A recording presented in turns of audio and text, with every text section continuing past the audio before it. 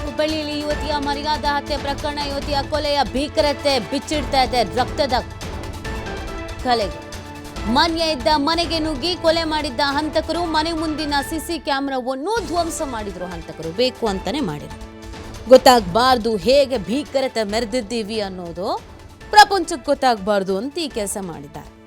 ಯಾಕಂದ್ರೆ ಮಾಡಿರೋದೇ ನಾಚಿಕೆಗೇಡಿನ ಸಂಗತಿ. ಅವ್ರ ಪಾಡಿಗೆ ಅವ್ರಿಗೆ ಬದುಕೋದಕ್ಕೆ ಬಿಟ್ಟಿದ್ರೆ ಬದುಕೊಳ್ತಾ ಇತ್ತು. ಆದರೆ ಒಂದು ಜೀವವನ್ನೇ ತೆಗೆಯೋದು ಅಂತ ಅಂದರೆ ಹೇಗೆ ಹೇಳಿ? ಎಷ್ಟು ಬರ್ಬರವಾಗಿ ಹತ್ಯೆಯನ್ನು ಮಾಡಿದ್ದಾರೆ ಅನ್ನುವಂಥದ್ದು ಅಲ್ಲಿ ರಕ್ತದ ಕಲೆಗಳಿಂದ ಗೊತ್ತಾಗ್ತಾ ಇದೆ. ಮಾನ್ಯ ಇದ್ದ ಮನೆಗೆ ನುಗ್ಗಿ ಕೊಲೆ ಮಾಡಿರುವಂಥದ್ದು ಹಂತಕರು. ಫೋಟೋ ಗಮನಿಸ್ತಾ ಇದ್ದೀರಾ ನೀವು, ಮನೆಗೆ ನುಗ್ತಾ ಇರೋದು. ಸಿಸಿ ಕ್ಯಾಮ್ರಾ ಇತ್ತು ಅನ್ನೋದು ಗೊತ್ತಾಗಿ ಅದನ್ನೂ ಕೂಡ ಧ್ವಂಸ ಮಾಡಿದ್ದಾರೆ ಹಂತಕರು.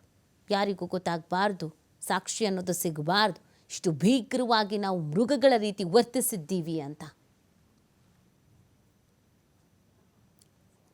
ಈ ಬಗ್ಗೆ ಮತ್ತಷ್ಟು ಮಾಹಿತಿಯನ್ನು ನೀಡ್ತಾರೆ ನಮ್ಮ ಪ್ರತಿನಿಧಿ ಯಲ್ಲಪ್ಪ. ನಿಜವಾಗ್ಲೂ ಈ ಪ್ರಕರಣ ಎಲ್ಲರನ್ನ ಬೆಚ್ಚಿ ಬೀಳಿಸ್ತಾ ಇದೆ. ಮತ್ತೆ ಪ್ರತಿಯೊಬ್ಬರು ತಲೆ ತಗ್ಗಿಸಬೇಕಾಗಿರೋದು ಮನುಷ್ಯರು ಅನ್ಸ್ಕೊಂಡವರು. ಯಾಕಂದರೆ ಇವತ್ತಿಗೂ ಈ ಜಾತಿ ಇನ್ನೊಂದು ಮತ್ತೊಂದು ಅನ್ನೋದು ನೋಡೋದ್ರ ಜೊತೆಗೆ ಒಂದು ಜೀವ ತೆಗೆಯೋ ಮಟ್ಟಿಗೆ ಹೋಗಿದ್ದಾರೆ ಅಂತ ಅಂದರೆ ಇದಕ್ಕೆ ಸಂಬಂಧಪಟ್ಟಂತೆ ಹೇಗೆ ತನಿಖೆ ನಡೀತಾ ಇದೆ?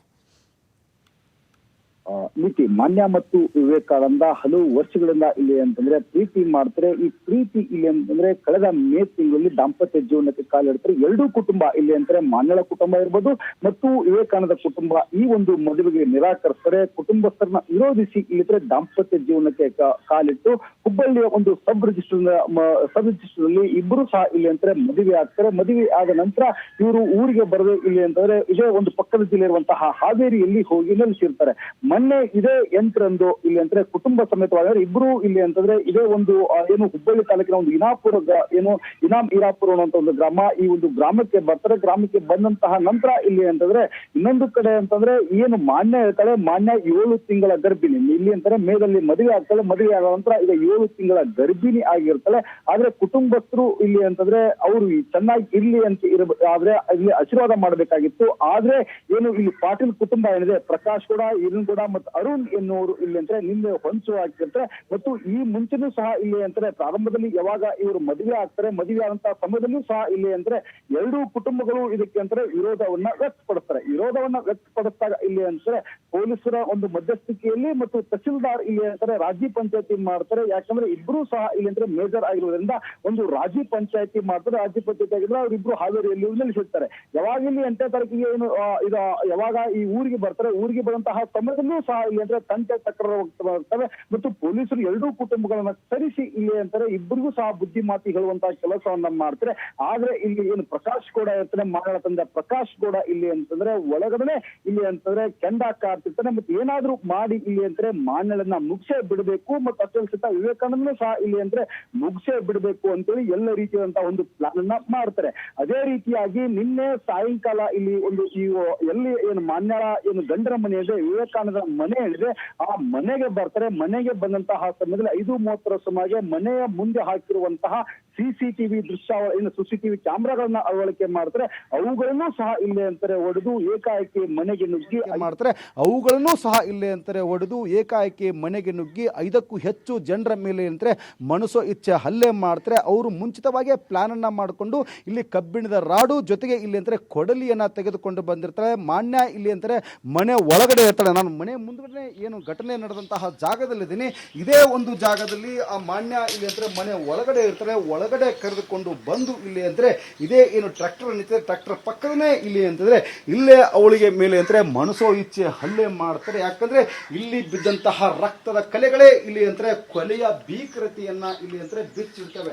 ಯಾಕಂದ್ರೆ ಇಷ್ಟೊಂದು ದೊಡ್ಡ ಮಟ್ಟದಲ್ಲಿ ರಕ್ತ ಇಲ್ಲಿ ಅಂತಂದ್ರೆ ಬಿದ್ದು ಹೋಗಿದೆ. ರಕ್ತದ ಸ್ರಾವಣೆ ಇಲ್ಲಿ ಅಂದ್ರೆ ರಕ್ತದ ಕೋಡಿಯೇ ಈ ಒಂದು ಮನೆಯ ಮುಂದೆ ಹರಿದು ಬಿದ್ದಿದೆ. ಯಾಕಂದ್ರೆ ನಾನು ದೃಶ್ಯದಲ್ಲಿ ತೋರಿಸ್ತೇನೆ, ಒಂದು ಬೆಳ್ಳಿ ಉಂಗುರ, ಆ ಬೆಳ್ಳಿ ಉಂಗುರ ಸಹ ಇಲ್ಲಿ ಅಂತಂದ್ರೆ ಆ ಮಾನ್ಯಳೆ ಇಲ್ಲಿ ಅಂದ್ರೆ ಹಾಕಿ ಹೇಳಿರುವಂತೂ ಮದುವೆ ಸಮಯದಲ್ಲಿ ಏನು ಈ ವಿವೇಕಾನಂದ ಆ ಮಾನ್ಯಳಿಗೆ ಉಡುಗೊರೆಯಾಗಿ ಕೊಟ್ಟಿರುವಂತದ್ದು ಆ ಉಂಗುರು ಸಹ ಇಲ್ಲಿದೆ ಮತ್ತು ಆ ಮಾನ್ಯಳ ಕೈಯಲ್ಲಿರುವಂತಹ ಬಳೆಗಳು ಸಹ ಇಲ್ಲಿ ಅಂತಾರೆ ಒಡೆದು ಹೋಗಿವೆ. ಅಷ್ಟೊಂದು ಮಟ್ಟಿಗೆ ಇಲ್ಲಿ ಅಂತಂದ್ರೆ ಏನು 3 ಜನ ಆರೋಪಿಗಳಿದ್ರೆ ಪ್ರಕಾಶ್ ಗೌಡ, ಈರನ್ ಗೌಡ ಜೊತೆಗೆ ಅರುಣ್ ಗೌಡ ಇವಳ ಮೇಲೆ ಮಾನ್ಯಳ ಮೇಲೆ ಹಲ್ಲೆ ಮಾಡ್ತಾರೆ. ಹಲ್ಲೆ ಮಾಡಿದ ನಂತರ ಅವರಿಗೆ ಗಂಭೀರವಾಗಿ ಗಾಯವಾಗ್ತವೆ. ಗಾಯಗೊಂಡಂತಹ ಮಾನ್ಯಳನ್ನ ಹುಬ್ಬಳ್ಳಿಯ ಒಂದು ದೇಶಪಾಂಡೆ ನಗರದಲ್ಲಿರುವಂತಹ ಖಾಸಗಿ ಆಸ್ಪತ್ರೆಯಲ್ಲಿ ದಾಖಲಿಸ್ತಾರೆ. ಆದರೆ ಚಿಕಿತ್ಸೆ ಫಲಕಾರಿಯಾಗಿದೆ. ರಾತ್ರಿ 9:30 ಸುಮಾರಿಗೆ ಇಲ್ಲಿ ಅಂತಂದ್ರೆ ಮಾನ್ಯಾಳ ಜೀವ ಇಲ್ಲಿ ಅಂತಂದ್ರೆ ಪ್ರಾಣ ಪಕ್ಷಿ ಹಾರಿ ಹೋಗುತ್ತೆ. ಈ ಸಂಪಟ್ಟಂಗೆ ಈಗಾಗಲೇ ಇನ್ನೂ 3 ಜನ ಇಲ್ಲಿ ಮಾನ್ಯಾಳ ಮಾವ ಅಂದ್ರೆ ಯಾರು ಮಾನ್ಯಾಳ ಗಂಡ ಇದ್ದಾನೆ ವಿವೇಕಾನಂದ ದೊಡ್ಡಪ್ಪ ಮತ್ತು ವಿವೇಕಾನಂದ ತಾಯಿನ ಸ್ಥಿತಿ ಈಗಾಗಲೇ ಪರಿಸ್ಥಿತಿ ಬಹಳಷ್ಟು ಚಿಂತಾಜನಕವಾಗಿದೆ. ಅವರಿಗೂ ಸಹ ಇಲ್ಲಿ ಅಂತಂದ್ರೆ ಖಾಸಗಿ ಆಸ್ಪತ್ರೆಯಲ್ಲಿ ಚಿಕಿತ್ಸೆ ನೀಡುವಂತಹ ಕೆಲಸ ಆಗ್ತಾ ಇದೆ. ಈಗಾಗಲೇ ಹುಬ್ಬಳ್ಳಿಯ ಗ್ರಾಮೀಣ ಪೊಲೀಸರು ಈ ಸಂಪಟ್ಟಂಗೆ ತನಿಖೆ ನಡೆಸ್ತಾ ಇದ್ದಾರೆ ಮತ್ತು 3 ಜನ ವಶಕ್ಕೆ ತೆಗೆದುಕೊಂಡು ವಿಚಾರಣೆ ಮಾಡ್ತಿದ್ದಾರೆ ನೀತಿ. ಯಾಕಂದ್ರೆ ಈ ಸಂಬಂಧಪಟ್ಟಂಗೆ ಈಗಾಗಲೇ ಪ್ರಕರಣ ದಾಖಲಿಸಿಕೊಂಡಂತಹ ಪೊಲೀಸರು ಏನು ಘಟನೆ ನಡೆದ 3 ಗಂಟೆಯಲ್ಲಿ 3 ಜನ ಆರೋಪಿಗಳಿಗೆ ಇಲ್ಲಿ ಅಂದ್ರೆ ಹೆಡೆಮುರಿ ಕಟ್ಟುವಂತಹ ಕೆಲಸವನ್ನ ಮಾಡ್ತಾರೆ. ಇದರ ಜೊತೆಗೆ ಒಬ್ಬ ತಂದೆ ಏನಿದ್ರೆ ಪ್ರಕಾಶ್ ಗೌಡ ತನ್ನ ಮಾನವೀಯತೆಯನ್ನು ಮರೆದಿದೆ. ಯಾಕಂದ್ರೆ ತನ್ನ ಮಗಳು 7 ತಿಂಗಳ ಗರ್ಭಿಣಿ ಅನ್ನೋದನ್ನು ಸಹ ಅರಿಯದೆ ಇಲ್ಲಿ ಅಂತಂದ್ರೆ ತನ್ನ ಇಲ್ಲಿ ಅಂತಂದ್ರೆ ಒಂದು ಕ್ರೌರ್ಯವನ್ನ ಪ್ರಕಾಶ್ ಗೌಡನ ಜೊತೆಗೆ ಏನು ಮಾನ್ಯಳ ಸೋದರ ಮಾವ ವೀರನ್ಗೌಡ ಮತ್ತು ಮಾನ್ಯಳ ಸಹೋದರ ಅರುಣ್ ಇವರು ತಮ್ಮ ಕ್ರೌರ್ಯವನ್ನ ಮರೆದಿದ್ದಾರೆ ನೀತಿ. ಓಕೆ, ಥ್ಯಾಂಕ್ ಯು ಅಲ್ಲಪ್ಪ ತಮ್ಮ ಡೀಟೇಲ್ಸ್ಗಾಗಿ.